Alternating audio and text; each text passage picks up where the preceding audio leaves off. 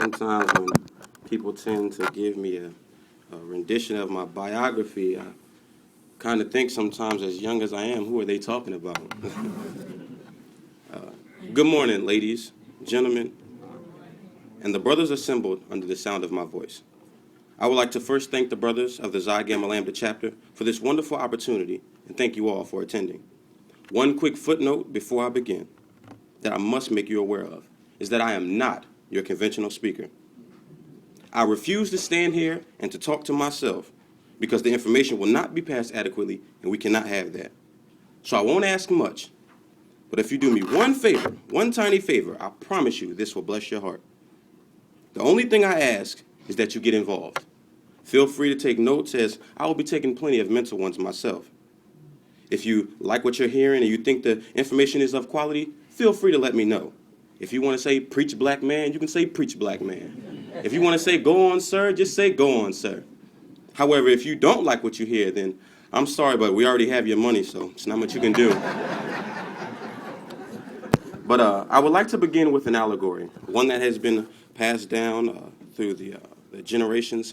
And it's an allegory of two entities. How many entities? Two. One named Truth, the other named Lie. One named Truth, the other named what? Lie. Mr. Truth and Mr. Lie were at work, and they decided they wanted to go down to the lake and go skinny dipping. Yeah, I said it's skinny dipping. So they went down to the lake and found a clean spot on the grass under the tree to lie their clothes. So they jumped in and they began to frolic around in the water, playing games that we all know, like Marco. Oh. Games that we all know.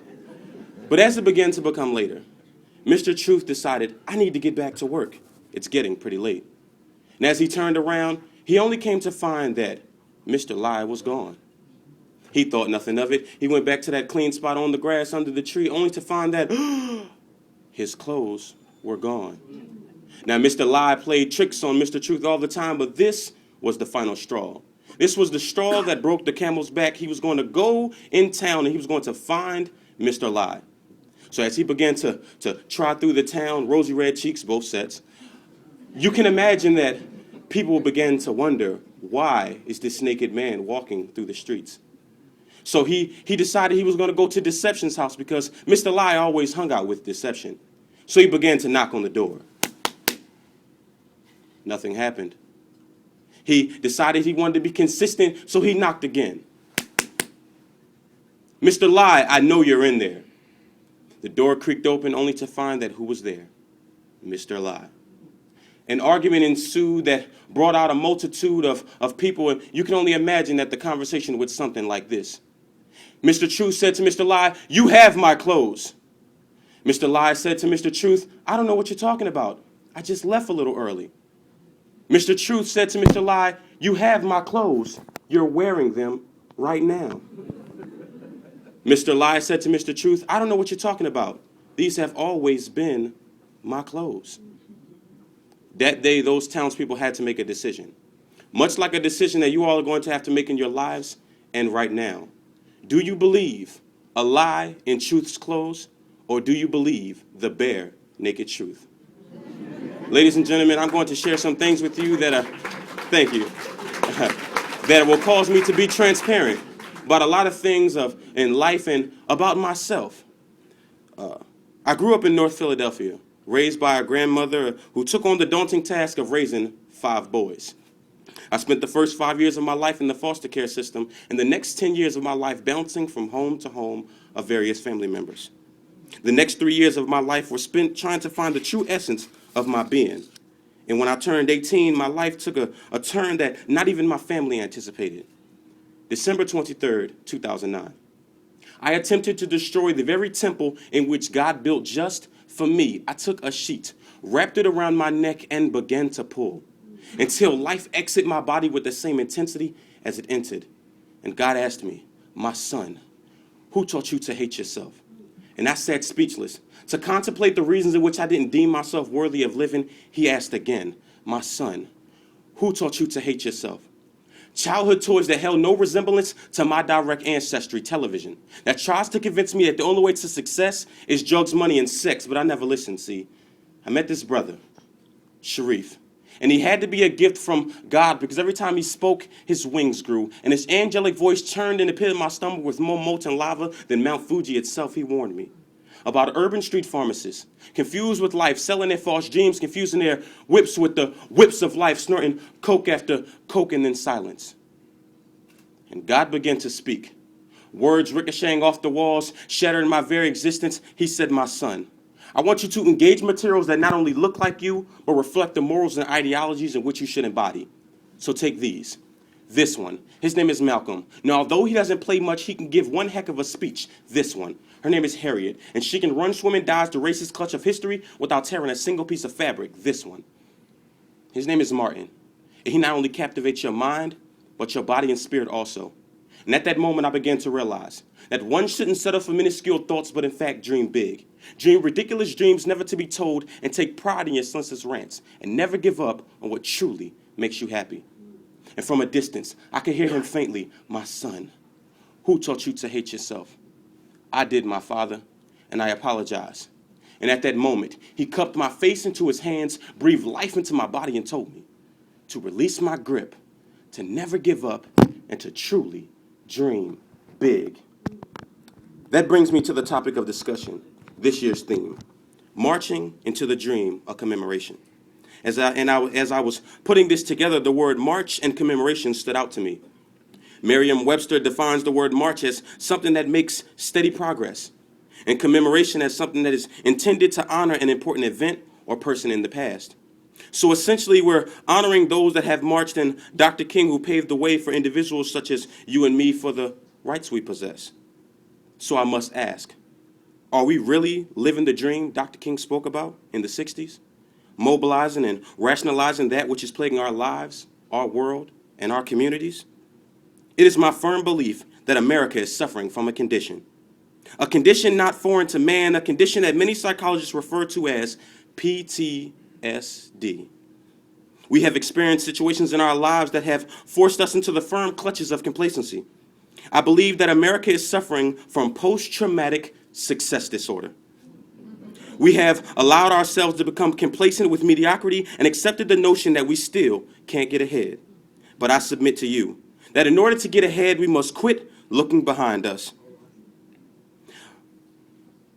This post-traumatic success disorder is a cancerous disorder, one that has been plaguing our communities for the past 3 decades. But I was sent here to tell you that we can get over this, but we must first get hungry. We've become so full of comfort that we've lost our hunger for progression. The sick are getting sicker, the rich are getting richer, the homeless are stepped over, and the education system is designed to fail us. However, a wise man once stated that a system cannot fail those it was never built to protect. Ladies and gentlemen, we have a problem. We have adopted what I refer to as cancerous cliches of life. If we would only change our mindsets and the way we attack life, then maybe we wouldn't be stuck in defense mode. We all know them. For example, you can lead a horse to water, but you can't make him what? Drink. Or my personal favorite. When someone's thinking very narrow-minded, we tell them to think outside the what? Box. I've been sent here to tell you that you, my brothers and sisters, have been deceived. You can lead a horse to water, and you can in fact make him drink. But what you can't do is make him think. Essentially saying that you can lead an individual to an opportunity, but you can't force them to take advantage of it, but you can. However, forcing them to won't help because they have to think and desire that help for themselves. My personal favorite, that I believe is the number one cause of this PTSD, is when someone exclaims to another, stop being so narrow-minded and think outside the box. How about we get out the box? Because insinuating that you're thinking outside the box means that the minute that you finish, you're going to hop right back in the box and continue being complacent. I see things differently. I see things for what they are and what they can become. See, a box has a top. And when you close it, you are limited as to how far you can go. Oh, but if you get out, the possibilities are endless. Ladies and gentlemen, we have a problem. Marching into the dream. Are we really? America is undergoing a shift. Unlike anything we have ever imagined, until we wake up, we will continue to be overlooked and drugged up with the ignorance dealing with our damaging PTSD. Our society needs change. Take education, for example. We have consistently force-fed ignorance to the minds of our youth, and we wonder why. Young ladies rather twerk than work, refer to themselves as video vixens instead of beautiful queens. There is something wrong with this, ladies and gentlemen. There is something wrong with the society of guided missiles and misguided children. There's something wrong with that. We live in an era where value systems are based on the latest fashions, social trends, and fictitious desire for immediate economic stability. Education seems to no longer be in the forefront of the minds of our youth, a world where young men are so wrapped up in social media but struggle to solve basic social problems. Can tell you about the new Jordan Gamma Blues but can't explain scientific gamma rays. Refer to themselves as real niggas instead of real men. If we don't continue to give back, our youth will continue to give up. Then we ask life to deal them a fair hand. It won't happen until we pick back up our feet and begin holding America accountable for the injustices it forces upon its people. Kind of reminds me of the sentiments of Dr. King in 1968 when delivering his famous "I've Been to the Mountaintop" speech, in which he made a simple observation.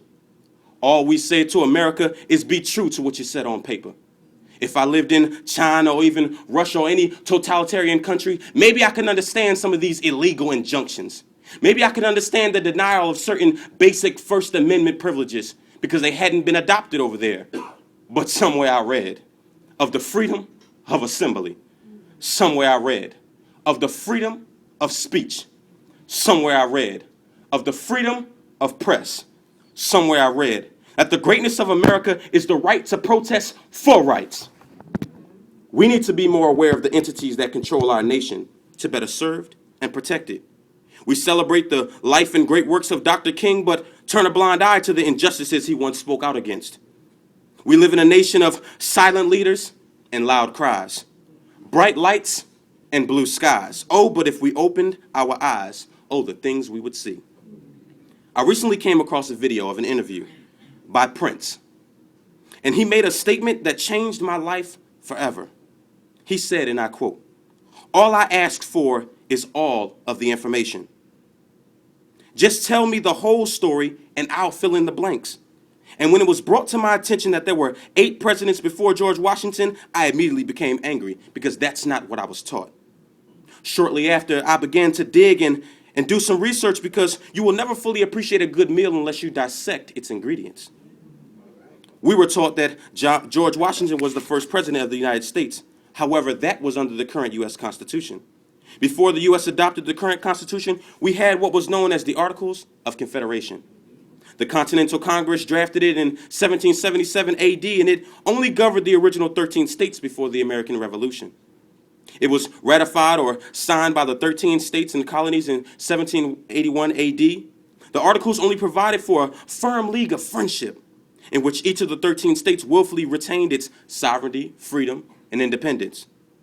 Congress functioned under these Articles until 1788 AD, when a revised edition was signed by all of the states and adopted as the Constitution of the United 13 States of America in 1789 AD.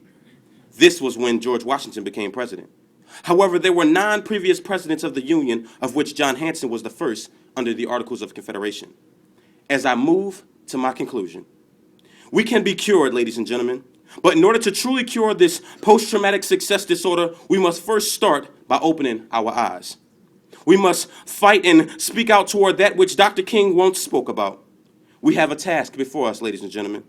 And just as I stand here before you, a 21-year-old college senior, deeply rooted in the wisdom of his path, I'm reminded of the sentiments of Socrates himself.